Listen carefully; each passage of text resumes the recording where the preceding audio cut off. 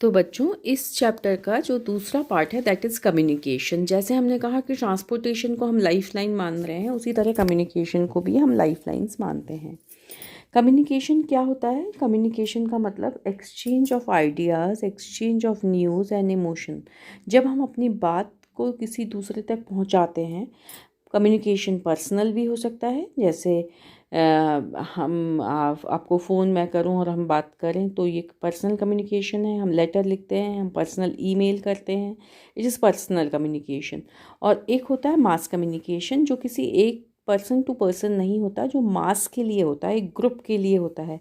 For example television में जो भी प्रोग्राम आ रहे हैं किसी एक के लिए नहीं होता, सबके लिए होता है।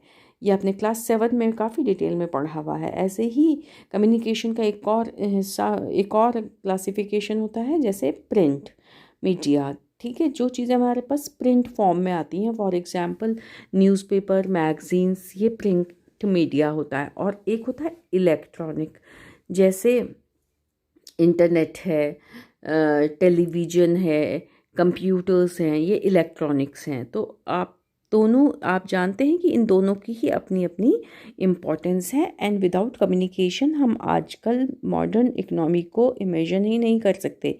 अभी आप देखोगे, जितना आप देख रहे हो ना आजकल, आपका जो हमारी क्लासेस तक ऑनलाइन हो रही हैं, ये कम्युनिकेशन का ही एक रिज़ल्ट है। अगर हमारे पास इंटरनेट फैसिलिटी नहीं होती इस समय, या ये इलेक्ट्रॉनिक जो हमारे पास डिवाइसेस हैं ये नहीं होते, तो हम लोग क्लास नहीं कर पाते। जो कुछ साल पहले आपने देखा था, आप तो छोटे बच्चे रहे होंगे, लेकिन इतना कन्वीनियंट नहीं था। तो ये कम्युनिकेशन भी एक लाइफ लाइन की तरह काम करता है। और इस समय ड्यूरिंग दिस पैंडमिक तो ये बिल्कुल ही प्रूव हो गया है कि पूरी इकोनॉमी और सारा कुछ जो सिस्टम हमारा चल पाया, वो बिकॉज ऑफ कम्युनिकेशन से ही हम लोग सरवाइव कर सके। और तो और आपने देखा कि डॉक्टर से हम ऑनलाइन एडवाइस ले सकते हैं, हम ऑनलाइन शॉपिंग कर रहे हैं, पैसे का ट्रांजैक्शन जो है वो ऑनलाइन हो रहा है। तो ये सब कम्युनिकेशन को ही की इम्पोर्टेंस को ही दिखाता है। ये मैंने ऑलरेडी आपको बता ही दिया, personal communication, mass communication.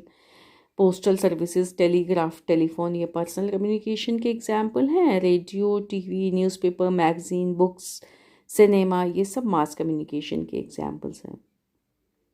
Now the next topic is international trade. Trade का मतलब होता है एक्सचेंज ऑफ थिंग्स, सामान का अदला बदली करना। वो किसी भी लेवल का हो सकता है। जब ये ट्रेड कंट्री से दूसरी, अपनी कंट्री से किसी और कंट्री के बीच में हो रहा होता है, तो इसको इंटरनेशनल ट्रेड कहा जाता है। तो exchange of goods among the people, state and country is referred as trade. ठीक है, और यही ट्रेड जो है, मान लीजिए लोकल मार्केट में हो रहा है तो वो लोकल ट्रेड हो गया। Trade between two country is called international trade. ठीक है, कोई भी कंट्री अपने आप में सेल्फ सफिशिएंट नहीं होता बेटा का कोई, चाहे वो उसके पीछे बहुत सारे फिजिकल और कल्चरल, हिस्टोरिकल फैक्टर्स डिपेंड करते हैं। जैसे आप खुद ही देखो कि हम सारी जगह सारी चीज़ें तो नहीं प्रोड्यूस कर सकते ना, we have to depend upon others. तो इस चीज़ के लिए जो कंट्री जो अच्छा प्रोडक्शन करता है, जहाँ जो चीज़ ज़्यादा हो रही होती है, उग रही होती है या बनाई जा रही है, वो दूसरी कंट्री में भेजता है, और दूसरी कंट्री से वो आइटम्स मंगाए जाते हैं जो हमारे यहाँ कमी है। जैसे हमारी कंट्री में ऑयल की कमी है, तो हम अरेबियन कंट्रीज से तेल मंगाते हैं। हमारी कंट्री में जैसे हमने कहा था जूट ज़्यादा हो रहा है, या हमने कहा था कॉटन ज़्यादा हो रहा है, तो हम उसको अपनी कंट्री से बाहर भेजते हैं। तो भेजना और मंगाना, ये दो जो एक्टिविटीज़ हैं, इसको हम बोलेंगे import and export. When we buy things from other countries, foreign countries, it is called import, and when we send our things to the other countries, it is called export। और import and export दोनों ही international trade के part होते हैं। ठीक है, self sufficient होना एक ideal utopia तो है, लेकिन प्रैक्टिकली पॉसिबल नहीं होता। और ये जो दोनों का, ये जो एक्सपोर्ट एंड इंपोर्ट आपको बताया अभी मैंने, एक हो गया एक्सपोर्ट और एक हुआ इंपोर्ट। ये देखिए एक मिनट। तो एक्सपोर्ट का मतलब क्या होता है, जब हम अपनी कंट्री में सामान को मंगवा रहे हैं, और जब हम अपनी कंट्री से सामान को बाहर भेज रहे हैं तो इसको हम बोलते हैं इंपोर्ट। इन दोनों का जो डिफरेंस आता है ना बेटे, उसको कहा जाता है बैलेंस ऑफ ट्रेड। ये देखो यहाँ पे मैं इसको अंडरलाइन कर रही हूँ, बैलेंस ऑफ ट्रेड।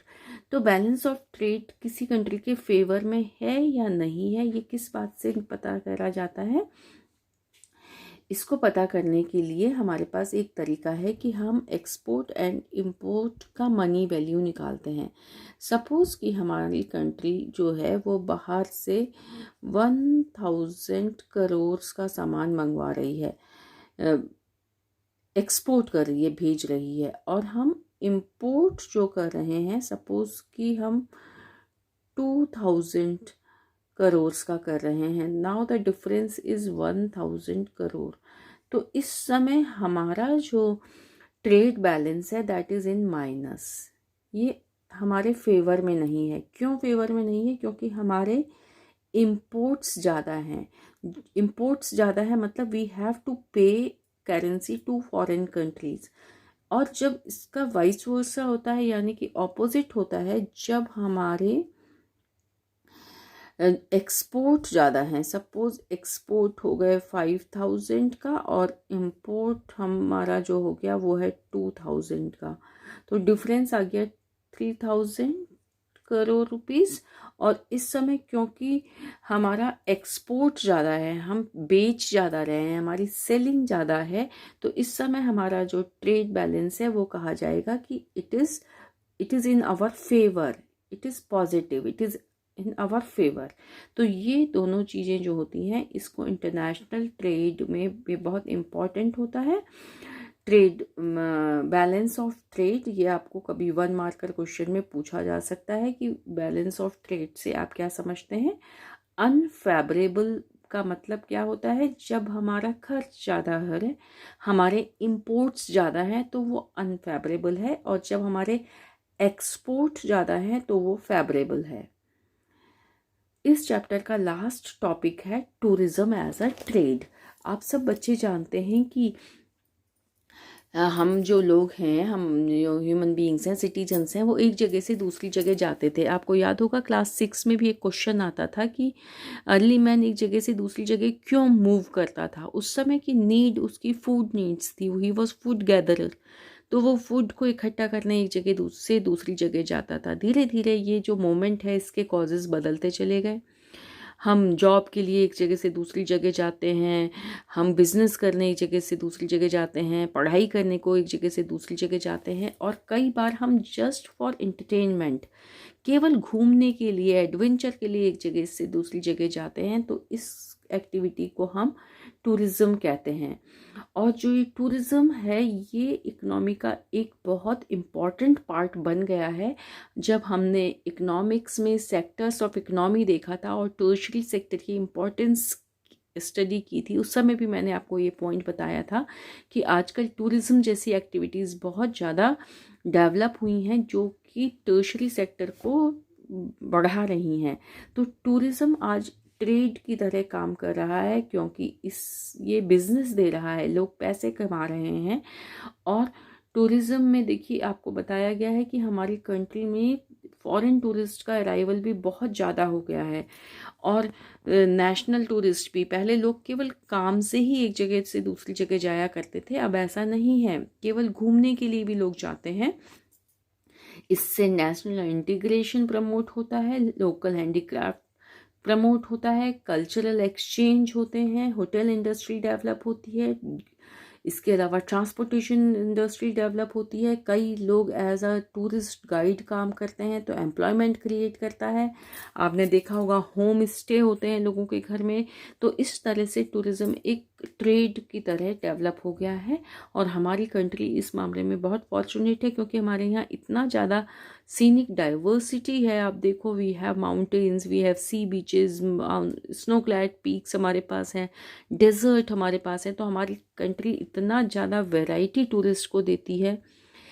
तो अपनी ही कंट्री के लोग एक जगह से दूसरी जगह घूमने जाते हैं और फॉरेन वाले भी, फॉरेनर्स भी हमारी कंट्री में घूमने आते हैं। इसके अलावा there are so many cultural festivals.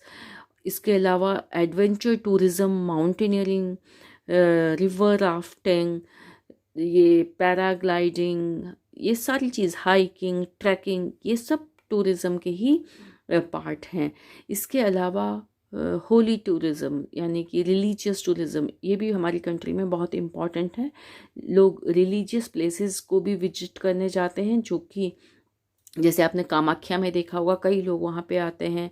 ऐसे ही हमारे 4 धाम हैं, हमारी कई सारी मस्जिदें ऐसी हैं जहाँ लोग घूमने जाते हैं, गुरुद्वारे ऐसे हैं जहाँ लोग घूमने जाते हैं।